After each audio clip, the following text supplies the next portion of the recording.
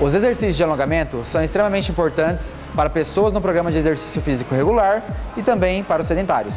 E no Multifit de hoje, nós vamos falar sobre o alongamento, a flexibilidade para o bom funcionamento do seu corpo. Vamos lá? Venha alongar com a gente! Hoje nós chamamos um especialista em alongamento para falar um pouquinho mais sobre isso, que é o doutor e professor Abdala.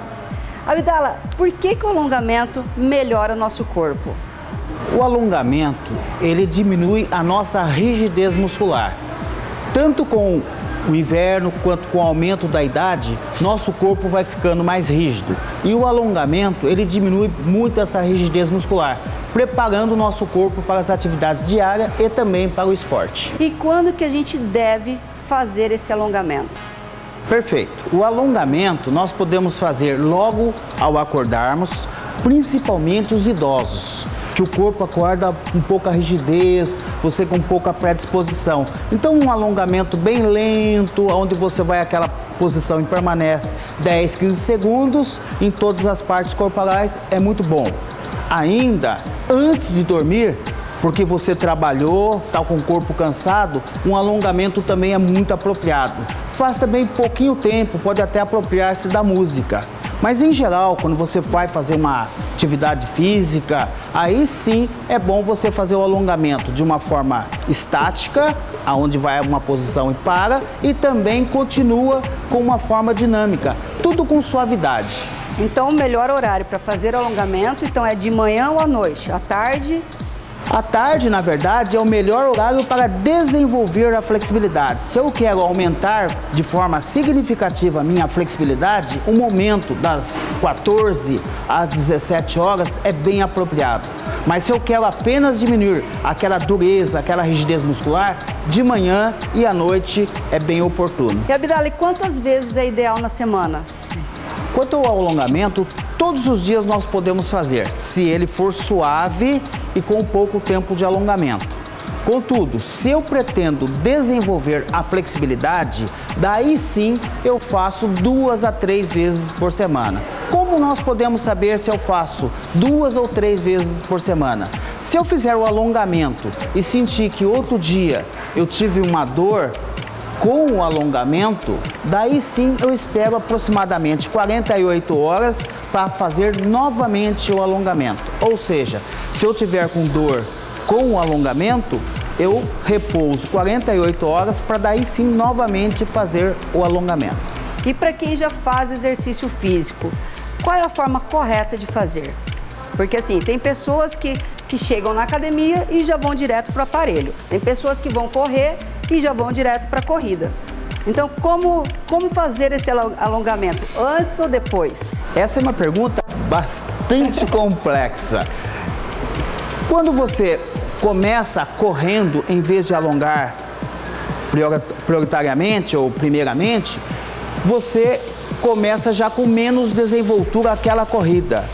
Quando você alonga antes, você alonga com um pouco mais de dificuldade, porque seu corpo ainda não está aquecido. Então, se eu começar correndo, meu desempenho inicial é menor.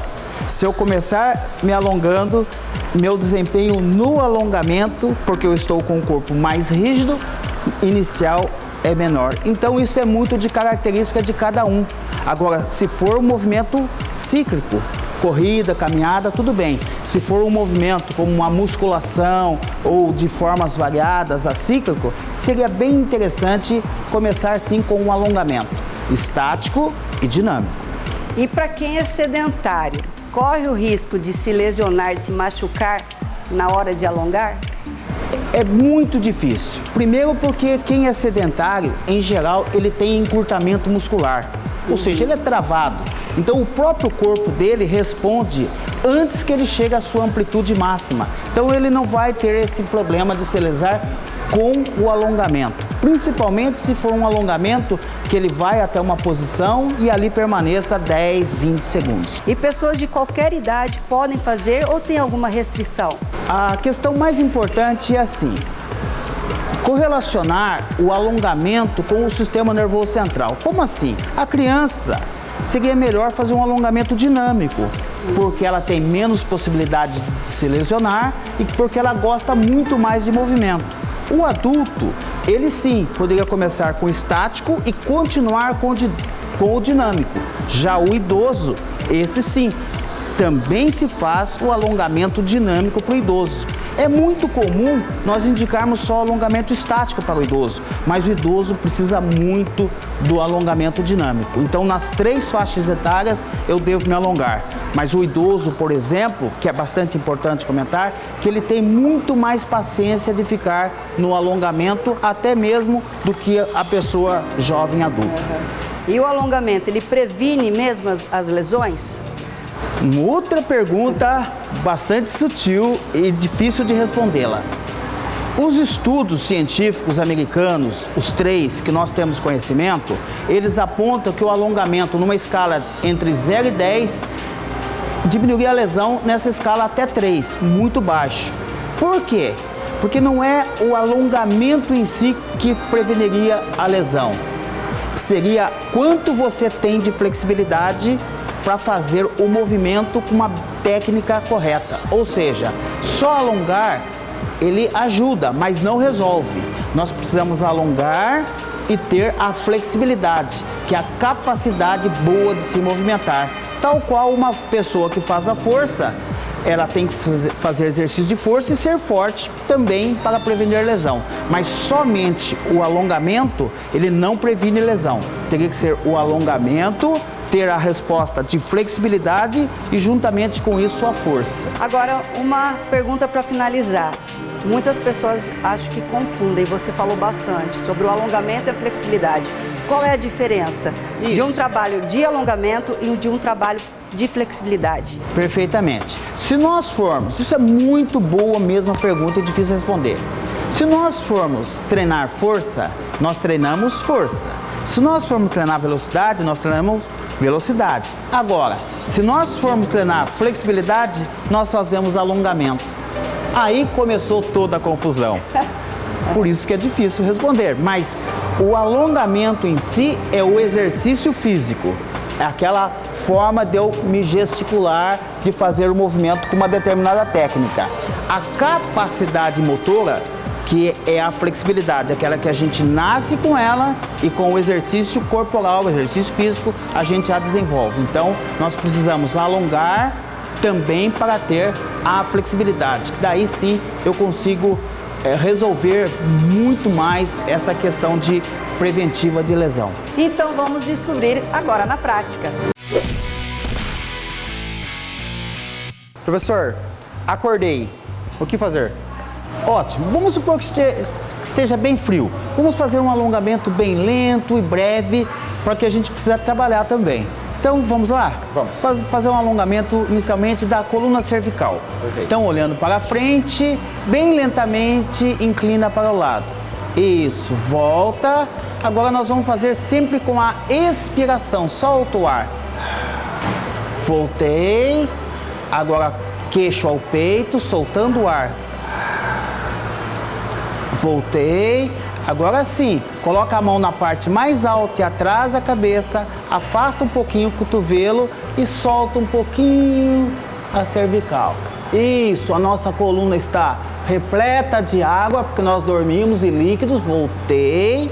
Agora sim, fiz uma rotação, sempre em expiração. Expirei, soltei o ar. Voltei. Importante olhar sempre para o horizonte.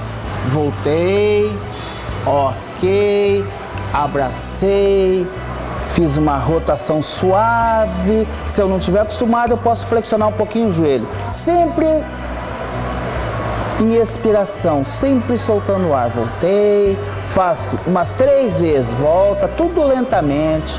Voltei, voltei, ok. Agora sim, ó, cruza os braços, solta o ar.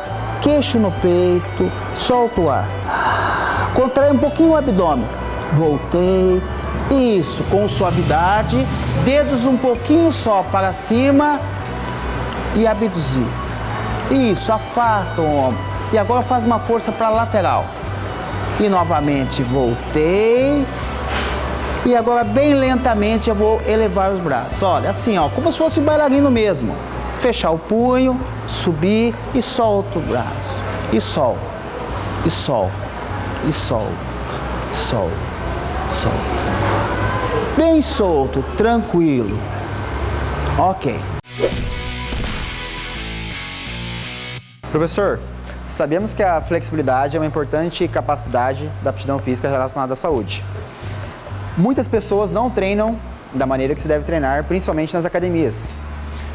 Você poderia dar algumas dicas de como melhorar principalmente a flexibilidade de cadeia posterior, que acomete muitas pessoas? Só se você aceitar o desafio. Com certeza. Então, vamos lá. Deite-se ao solo, por favor. Observe que isso aqui é bastante interessante. Com os dois joelhos estendidos, pode fazer o teste em sua casa. Você leva uma das pernas estendidas. Isso. Quando o dedo, a ponta do pé chega à altura do quadril, como está aqui, significa que ele está bom, corresponde a 80 a 90 graus. Então ele tem uma flexibilidade boa. Então ele não precisaria ficar tanto tempo. O problema maior é quando a pessoa eleva a perna e o calcanhar chega até a altura do joelho. Aí ele está com insuficiência de flexibilidade. Então vamos fazer um exercício. Eu flexiono dos joelhos, elevo uma perna. Quanto que eu elevo? Ele mesmo pode fazer isso sozinho. Ele eleva até sentir um leve desconforto. Não existe a palavra dor. Então, quando ele sentir de 0 a 10, o número 7 a 8, ele para. Então, vamos lá. Quanto você sente de desconforto? 7. Então, ele vai ficar ali por aproximadamente 1 minuto. Mas como ele é um iniciante, faz 2 séries de 30 segundos. Então, a ideia é essa, que os olhos fiquem perpendicular ao solo e ele fica aqui segurando pelo tempo de 1 minuto ou 2 séries de 30 segundos para o iniciante. Aí você irá desenvolver sua flexibilidade. O que é muito importante mesmo é que depois de uns 8, 10 treinos no máximo, esse desconforto aqui não sentirá mais. Ele vai conseguir ir mais pela adaptação dele. Então, esse é um bom exercício, ou seja, 2 séries de 30 segundos para começar.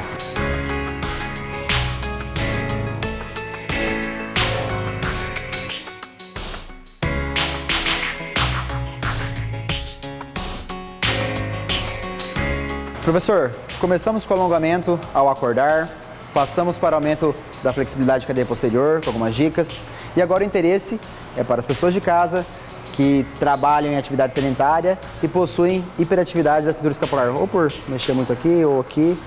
Algumas dicas em relação a essas Perfeito. Então vamos tirar essa tensão com as mãos também. Com as mãos? Também. Vamos lá. Primeiro, você pode me acompanhar? Com certeza. Então, vamos lá. Só alguns movimentos. Eleva os ombros e agora inspira e solta. Eleva e solta. Isso. Então, como que nós vamos fazer agora? Nós vamos colocar as mãos, uma das mãos aqui, a outra no cotovelo e deslizar, ó, uma leve rotação.